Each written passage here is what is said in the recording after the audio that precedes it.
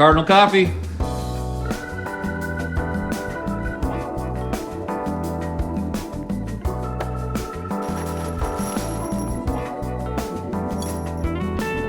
Hey Porter, how you feeling after yesterday? That's a lie. How are you really feeling? So sore. Okay, so there it sore. is. It's really nice when you show up on a day where the big thing is done. Right. The hard part, the tall, high part that's hard to do. And now, so doing this, this is like a miniature version of that. It's like exactly the same, but smaller, easier, lower to the ground. And Porter and Arlo have already made all the pieces. It's like a Lego kit now. Yeah. No way. Everything's cut, everything's laid out. Okay. And it's all just ready to stick together. I mean, I don't want to jump ahead and say that this should be a breeze. I'm not going to say it's going to be a breeze, but it should be. It should be. It shouldn't be that hard. What we got to do though, hey, we have to laser eye these walls. And we're going to laser eye because it's got a fixed point on that side. It's got a fixed point on the corner on that side. Make sure it's straight. The only part that can move is the middle.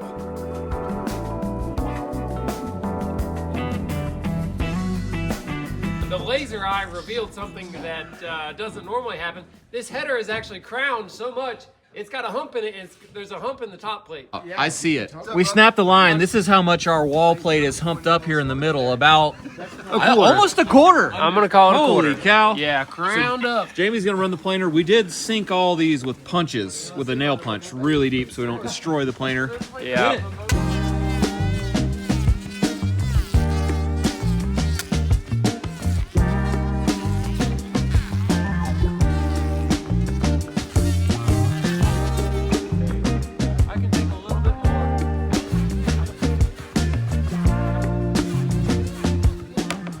All right.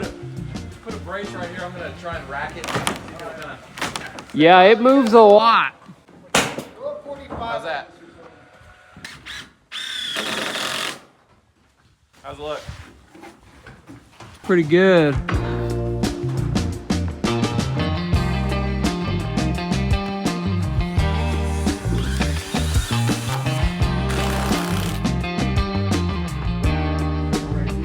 That's really bad.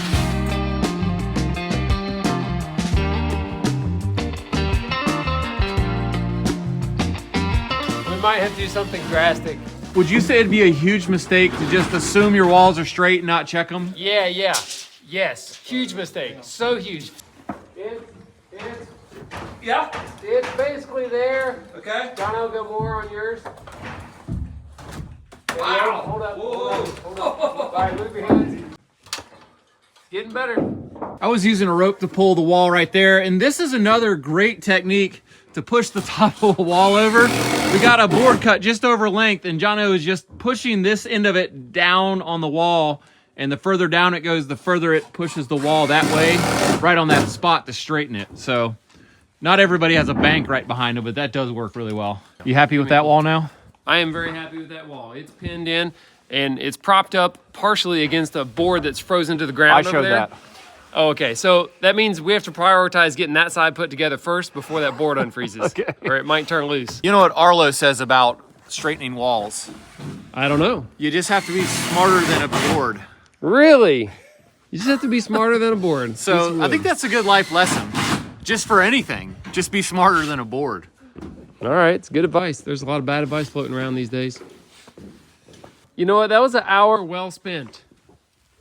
Think about it that way. Yeah, it was. I think it was.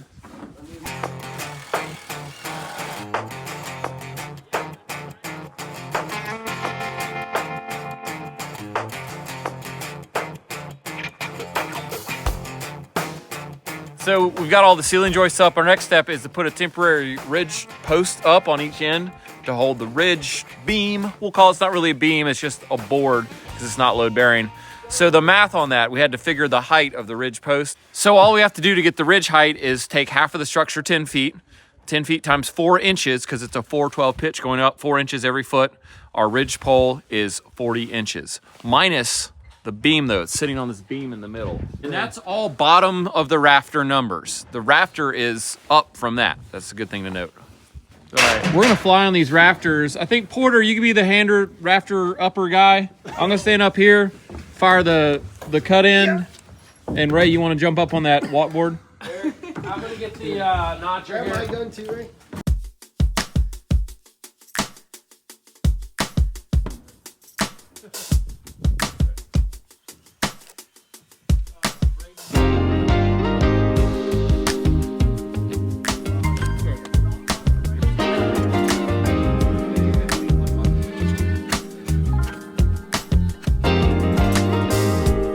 We got a two-man operation running right here. We got ceiling joists coming in from both sides. So all we're doing is I'm holding it, flushing the bottom, Eric, pop, pop, pop, pop, pop. Yep. Done. And then he's holding it on his side. I'm going from the back side, pop, pop, pop, pop, pop. Yep. Super fast. Boom. I mean, we're Yeah. almost done. We've been doing this for like 3 minutes. 3 minutes we've been doing it. We're shooting each rafter in with at least 6 nails, sometimes 7 toe-nailed and from the back. Something interesting though is that the house that Jamie tore apart downtown Bryson City, the rafters had 1 toenail holding the entire rafter up. And that's because the way this structure is built and the way that one was built, the rafters can't fall because the more they want to fall, the tighter they actually squeeze this little ridge piece. So it's like almost no nails would hold it. But we're just shooting the you-know-what out of it anyway. Well, I don't know. What word is that? You know. We've got a cool demonstration we'll show you on exactly that. Yeah. I want to make a note that these are sticking up like 5/8 on purpose to leave an air gap between our sheathing and the top of this little beam for our vented ridge. So that's on purpose, and that's plenty to vent this roof. That is a huge overhang right now. And it would be kind of cool to leave it, except it's getting into our door opening, so it wouldn't work. But I mean, that's like 5-foot overhang. That would be It's cool. not bad. Man, you could put some racks and put your kayaks and stuff on the back over there.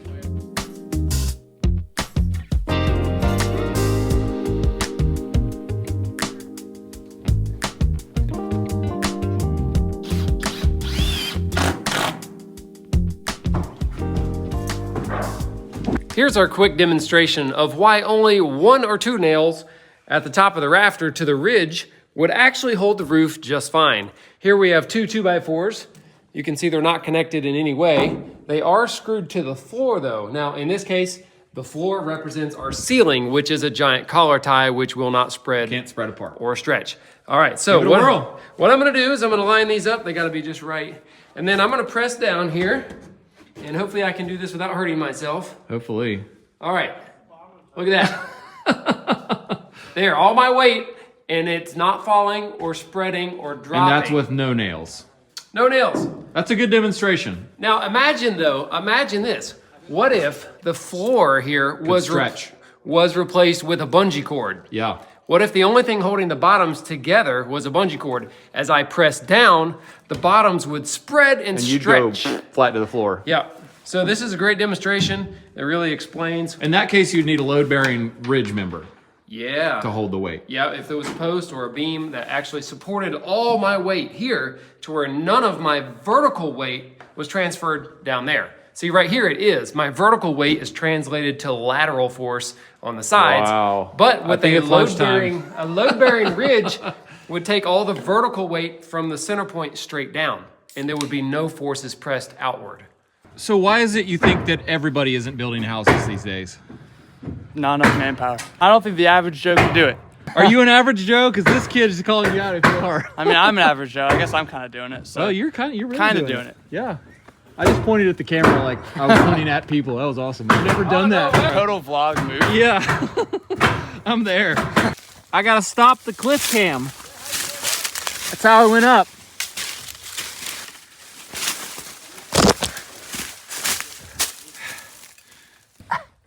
You got it. That was not easy. I don't know how you made it look so easy. The edges of this is really sharp. Oh, it is. Yeah. I was trying to that is be sharp. careful.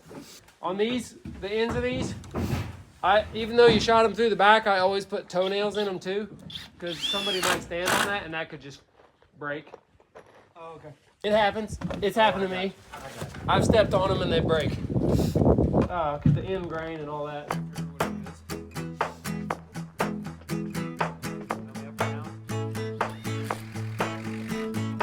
time for a little construction history, which is going to be super interesting if you're a carpenter or something, and maybe super boring if you're not. Your common like 3.5-inch sinker nail is called a 16D nail. Why is that? And I don't know. 16 penny nails. 16 penny nails, same thing. So, and it's nothing to do with the weight of the nail or the shank size of the nail, none of that. The reason is that back in the day when nails were hand forged by someone one at a time, that was someone's job back then. Sounds like a great job. Yeah, I'm a nail. Nails you can make in a day. I don't know, you didn't want to waste nails. But anyway, back in the day, 100 of those hand forged nails cost 16 denarius, which is a Roman currency, or the same as an English penny. So they were 16D or 16 penny nails because of the cost. And that name has stuck even to today. So that's your little construction history. It was probably super exciting, I know. I think this is scarier being right here below Jason than actually being on top. Yeah.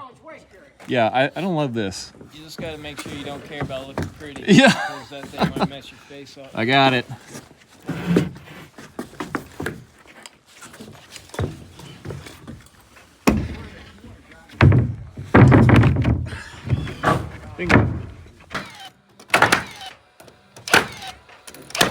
I think we're only building low pitch roofs from now on, Jamie. Yeah. Oh, dude, I'm all there. It's all about It's that so low pitch. nice. We're bringing low pitch back. And it looks cool with the big overhangs. It's amazing. It doesn't look bad. In every way, it's the best. What is different out here on the job site compared to what you're expecting from inside the drafting room, we'll call it? A lot more manual labor. OSB is very heavy. I Okay. have no idea. Sweating a lot more than I Okay. expected to. And my arms are shot from yesterday. Yeah, 80%, muscle back, and then the rest of it is like laying out and cutting and doing who knows what. It's there's a lot more humping of heavy things than Can't there say is. humping on the channel. Oh, Out here, there's a lot of labor. Like our time lapses of us building stuff for 10 seconds is actually us carrying boards for 2.5 hours. So moving them, just moving them. cheers to carpenters that carry boards all day. Yeah, there we you love you.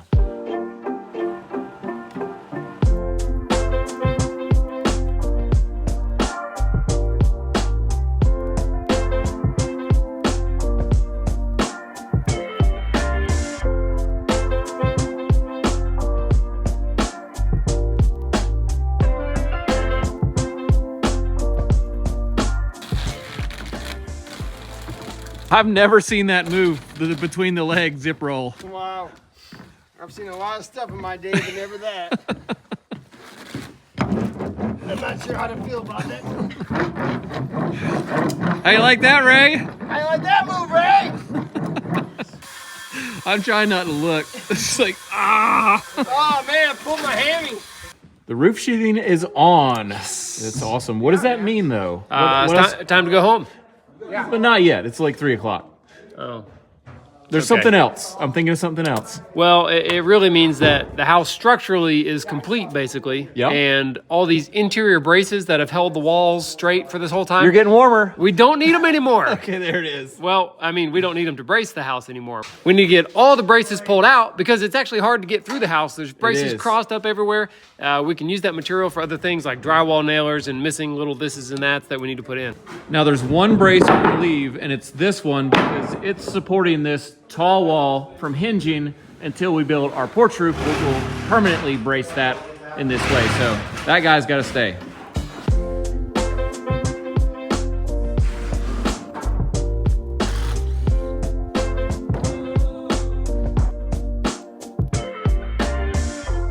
We're pulling this bracing down. We got a couple of what I like to call deep divers. Deep divers! And that means that the threads are all the way through the wood, so it won't come out. I'll demonstrate. So I want to save this screw. I don't want to ruin it by smacking it with a hammer to get the threads to catch in the material.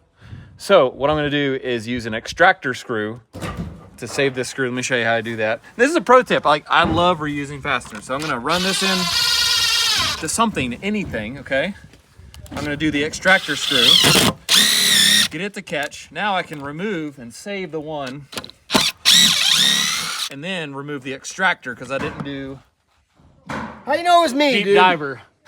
That's crap. So now I got both screws and it's not ruined.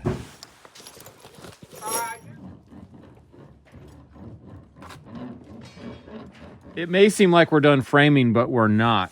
No, the house looks done, and that's nice and all. Now it's time to do the decks. That's gonna be A lot of deck framing, heavy deck framing. But we're only about 3 feet off the ground, so I'm not really worried about it. I think it's going to be great. Yeah, it's gonna be fantastic. So stay tuned. Thanks for building with us. See you next time. I'm just realizing you must have been flooring it in reverse. Look at all the mud on the wrong side of the mud flap. I was like, how did that happen now? This is the look clean Wait a side. minute. Even look at this, right? Yeah. Dude, What look at happened? the back of the, I know, that's what like, mud flap. that's the wrong side of the mud flap to be covered in Dude, mud. I got it covered up. I really got in a bind the other day. I thought, oh no, I'm stuck for sure in a bad spot, and I was just like, giving it all. I wish I could have been there like to see this, that. like this, forward, That backward, was just. impressive what came Hey, off. I feel really lucky I got my way worked out of that mess. Holy moly.